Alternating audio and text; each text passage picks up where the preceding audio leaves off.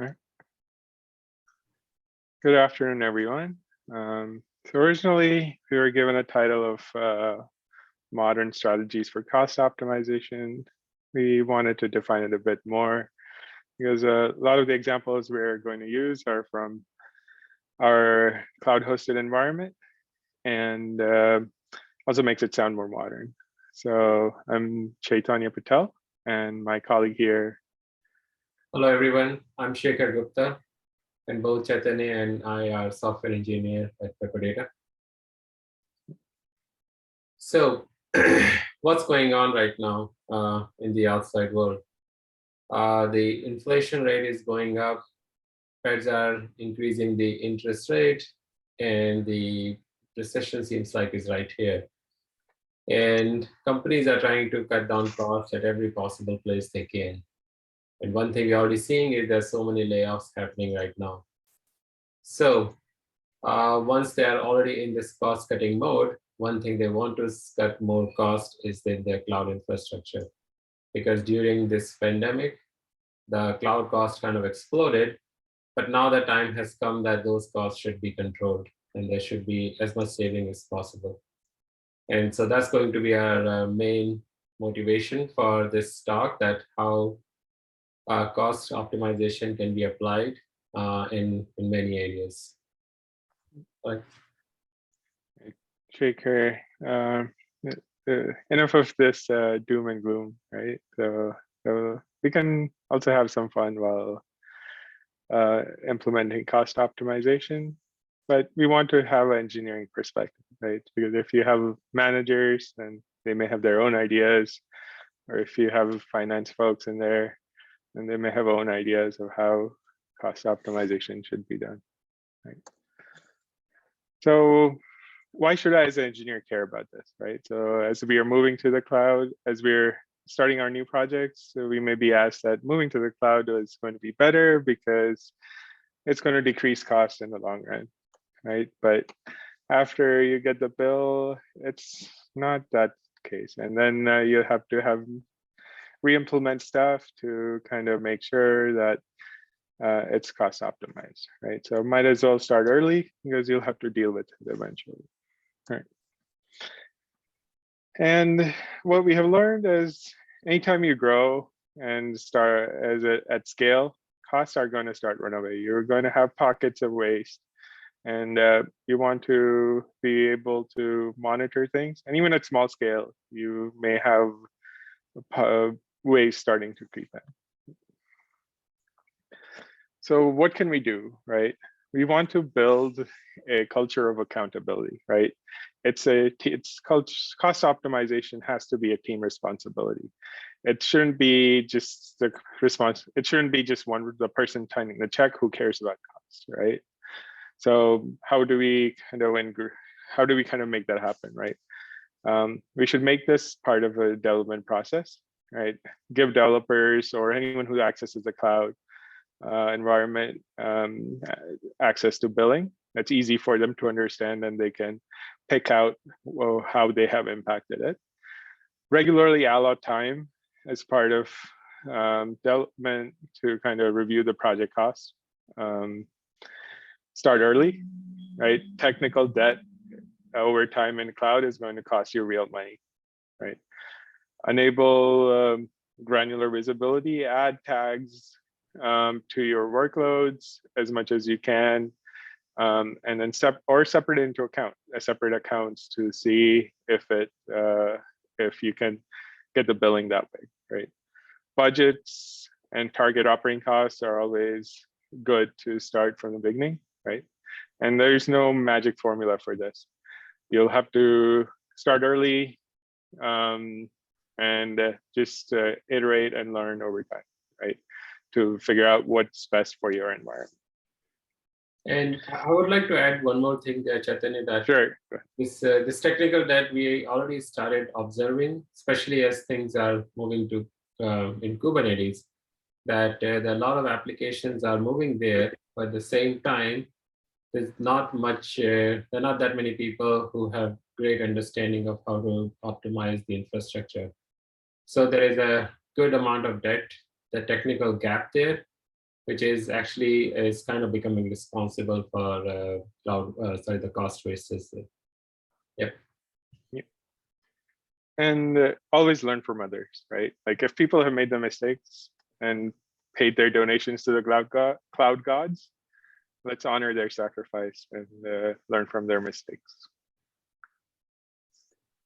So where to start, right? Like once you get the cloud bill, right, is try to, and even if you are not trying to optimize or cost is not that big of a deal right away, you still want to look at these big ticket items, find underutilized resources, right? Like instances and EBA, like block storage volumes, you're going to pay for them regardless of if you utilize them or not. So if there's waste in them, resize them, right? And allocate only what you need. For unused objects that are going to incur costs like S3 or rows in a database, right? You want to have a retention policy and see when they should be expired from it, right? And it's always a good idea to use tools that are going to reduce waste, right? Even if they cost money, it's okay. But if they're saving you more than what they cost, it's always good for the bottom line. So at the other end of the spectrum, watch out for diminishing returns, right? Ignore small ticket items that are not worth your time, right? Or the money. So here, the absolute perfection is not the goal, right? You want to just minimize waste as much as possible and leave it at that. So our view of the cost optimization world, right? So we kind of have separated out into this black box optimization and white box optimization, right? White box is more general. More specific, application specific, limited to certain applications. It would probably requires implementation details, but it's on the other end easier to start with, right? And small scale, right? Black box is a workload agnostic, but it's more generalized, and it works usually without modifying anything in your existing code, right? It's a longer implementation cycle if you're building from scratch, but you may have off-the-shelf tools that you could use, right? So, and manual and automated, we already know, right? It's manual is just a stepping stone to automated if there is repeatability, right? So some of the examples, right? Like white box things, maybe like manually buying reservations for your instances, or enabling auto scaling, right? But your goal is to have stuff in the top right, that is broad and platform scale, right? So at Pepperdata, we've been trying to focus on some of the things we can do as black box that we can help a wide range of audiences and wide range of environments, right? So some of the examples of black box is like enabling just with a click of a button, regardless of what object it is, you can just have it easily get transferred, tiered from regular storage to Glacier storage, right? Or in our case, modifying the cluster manager scheduling and to account for the actual resource utilization instead of allocated or reserved resources, right? And it's a journey, right? Not a sprint, or if you're agile, it may be a journey of sprints. But in our view, the cost optimization, there's no right approach. There is no one box that's going to be the right answer, right? You want to be in the top right, but you always want to start somewhere, right? So you may start on the bottom left, right? Some specific code that you manually modify, right? And as you learn more, if you find more use for it, you may decide to validate that approach at a small scale, and then generalize it, right? And that's the transition from bottom left to top right. So some of the common issues that we have encountered in our environments, and as well like some of the questions we get from our customers, right? So one thing at the top of mind is like AWS has 548 instance types, right? What's right for me, right? Different processors, different reservation types, on-demand spot, reserved, savings, and different types of instances, right? What's right for my workload? So like whenever we have the question, we try to experiment, right? Like if something new is coming up, we want to experiment and figure out what the right mix is. Okay, so we start small and then scale it up over time, right? And we experiment to basically identify, to reduce the waste, right? You don't want to run like really close to the edge, right? You don't want to have like 90% or 95% utilization, but just something that's close enough, like, and give enough headroom so it doesn't wake you up at like 3 a.m. in the morning, right? So for existing workloads, you want to find like unused resources, resize instances if you notice they're being underutilized. So for that, you need monitoring, right? So you want to monitor the workloads that are inside your instances and keep track of them. If your workloads permit some interruptions, right, then spot instances are the right for you. If it's mission critical 24/7, then use on demand, right? And the reservations and savings plan are really useful, right? But it just requires some planning in advance.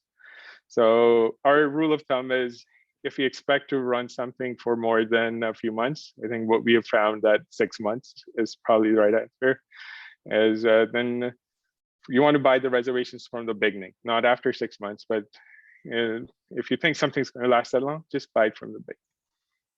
So some of the pre-built tools that you could use for this are the AWS Compute Optimizer. It works at a single instance level, but it does tell you how the resources are utilized. But it takes 30 hours after it takes up to 30 hours after the instance is running. So it may not work that well for areas where you have auto scaling or dynamically nodes, right?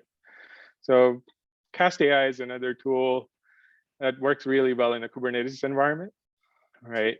And it helps you spot instances and helps you figure out the right set of instance types that you should use. Spot.io is, as the name says, it's very good for helping you understand, helping you automatically use spot instances as part of your workload, and also take account for interruptions.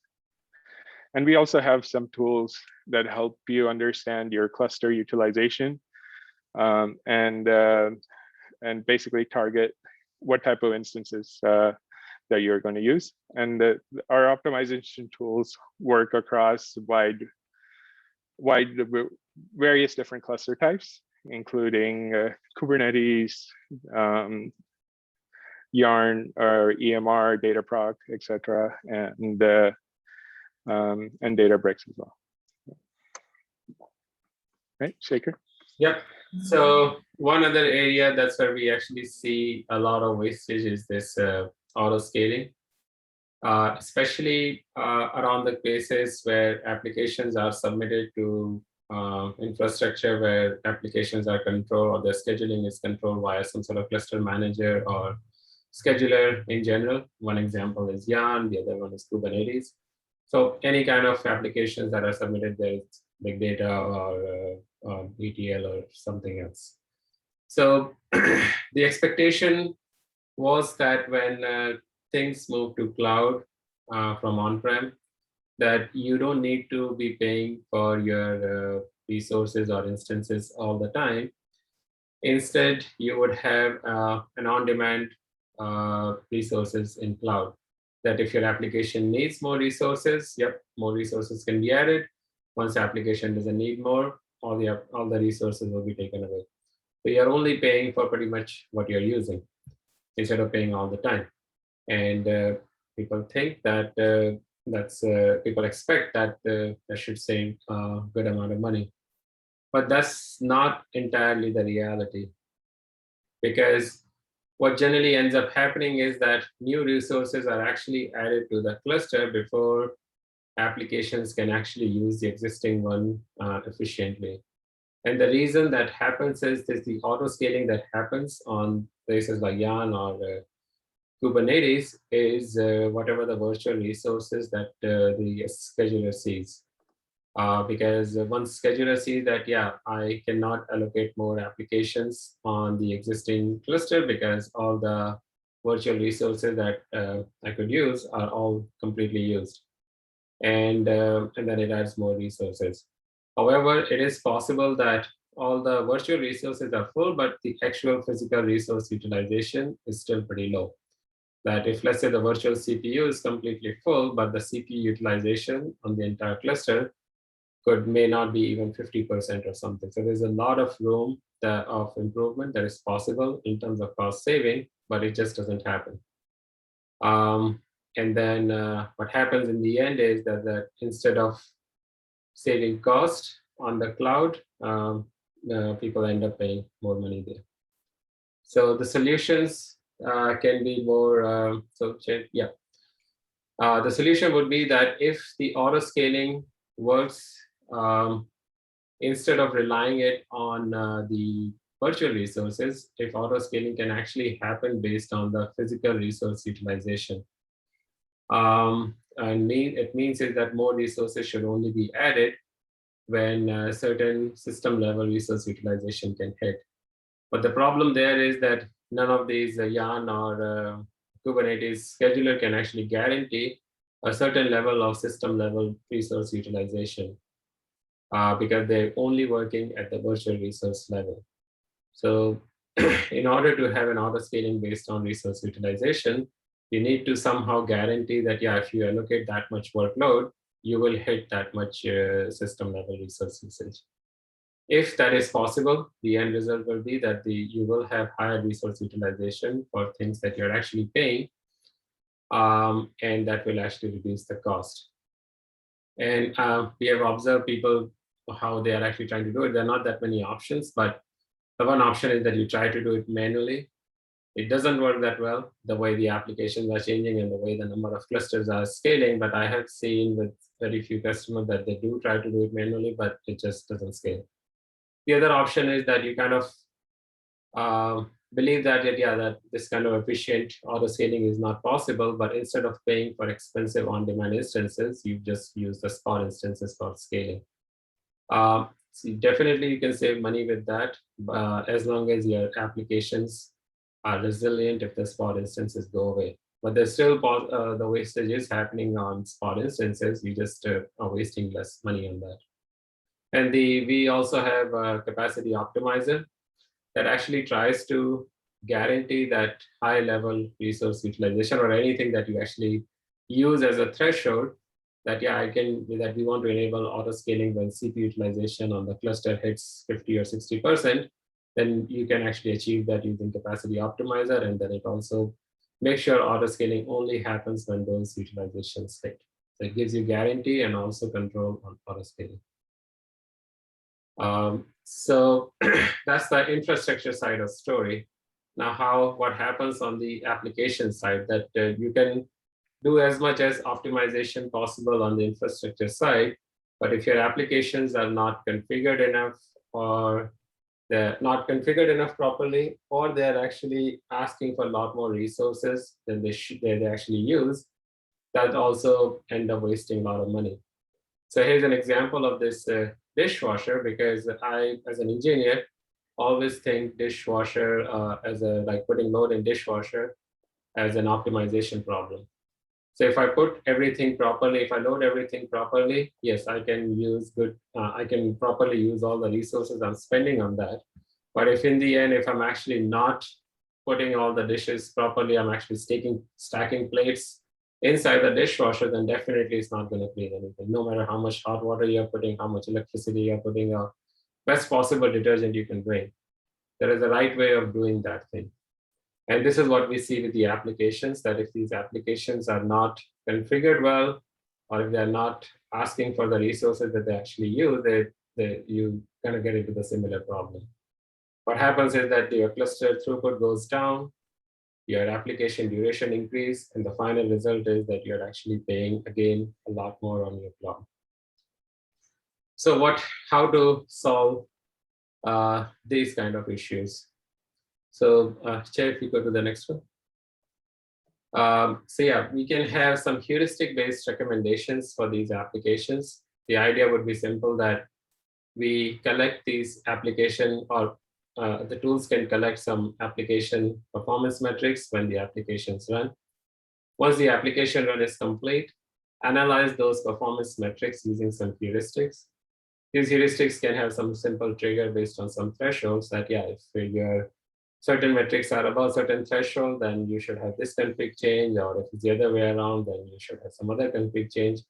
But generally, these recommendations should be presented in a way that they can easily be consumed by the app developer.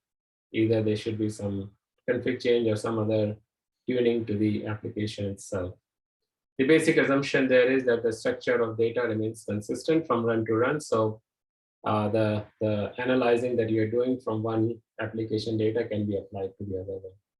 And the final result is that you do get more efficient resource usage, your runtime reduces, and overall your cost is reduces. And there are some tools out there which helps you with this solution. And then one of them is the Excel data that provides those kind of recommendations. Then Dr. Elephant, that is an open source recommendation tool for big data application. And then Pepperdata application Spotlight, which is providing these recommendations both on Yarn and Kubernetes, and also Unravel Data, that is providing these recommendations on how to improve your applications. Yeah. Right. So Shekhar, just a question offhand. So for capacity optimizer, what are like the typical gains that we see? Right? So yeah, with capacity optimizer, we see gains around 30 to 40%. And those gains generally means you're actually lowering your cost by that much amount. And then like as we implement recommendations, right? Like what kind of typical savings do customers see? Right? And it's pretty much similar things. Like we actually, for recommendations, it varies because it happens quite a lot that these applications have really incorrect allocation, that maybe yours, let's say for Spark applications, Spark executors might ask for 10 gigs of memory, but they're only using 2 gig. And if recommendations tells you that, yeah, you should be actually resizing or changing the size for the executor from 10 to 2 or 3 gig, it does impact a lot in terms of throughput. So throughput increases significantly. So I don't have quite a good number there in terms of the savings, but that kind of gives us an idea that how much throughput gain you can actually get out of it. Right. Yep. That's great. So this is a problem that we have seen in our environment, right? Like as in our cloud accounts, as with storage, right? So we have 2 different types of storage that we primarily use, like block storage and object storage. Like the block storage is the EBS. And for that, once it's allocated, you pay for it, right? So there is no, like if you allocated 500 gig and you're using 10 gig, you still pay for the 500, right? So it's one problem, but other problem is like these zombied volumes, right? That are not attached to any of the instances. So sometimes in like developer accounts, you might have a lot of clusters going up and down, and sometimes developers might have not realized that they have unchecked like delete on termination flag, right? So you might get a bunch of volumes that are just sitting around incurring costs, but not used, right? So you should watch out for those too. And the best, like in one case, right, in our one of our dev accounts, we spent like a few $1,000s before we realized that these were just being wasted, right? So it's a good idea to monitor them and clean them out as needed. So the other thing is EBS allows for different types of provisioned resources. So you can have HDDs, SSDs, and then different variations of that. So determine what's right for your workload and do that, right? With object storage, it's easy to put stuff in, but it's hard to figure out when to take things out, right? So you may want to look at auto tiering or some retention policies, right, to auto expire the object. But if you're using auto tiering and auto archiving, read the fine print, because for like S3, there are two different types of costs, like storage costs and request related costs for touching or transferring the object in any way, right? So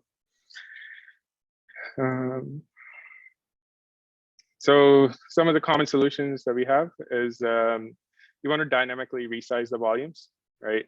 So EBS allows you to change the type and size dynamically. And modern OS file systems also allow you to easily resize and expand the volumes, right? So just make use of that to figure out when you need to resize. Some of the pre-built tools are the AWS Compute Optimizer and AWS CloudWatch. They could be used to monitor metrics, and the Compute Optimizer will tell you if you need to change the type of the EBS volume, right?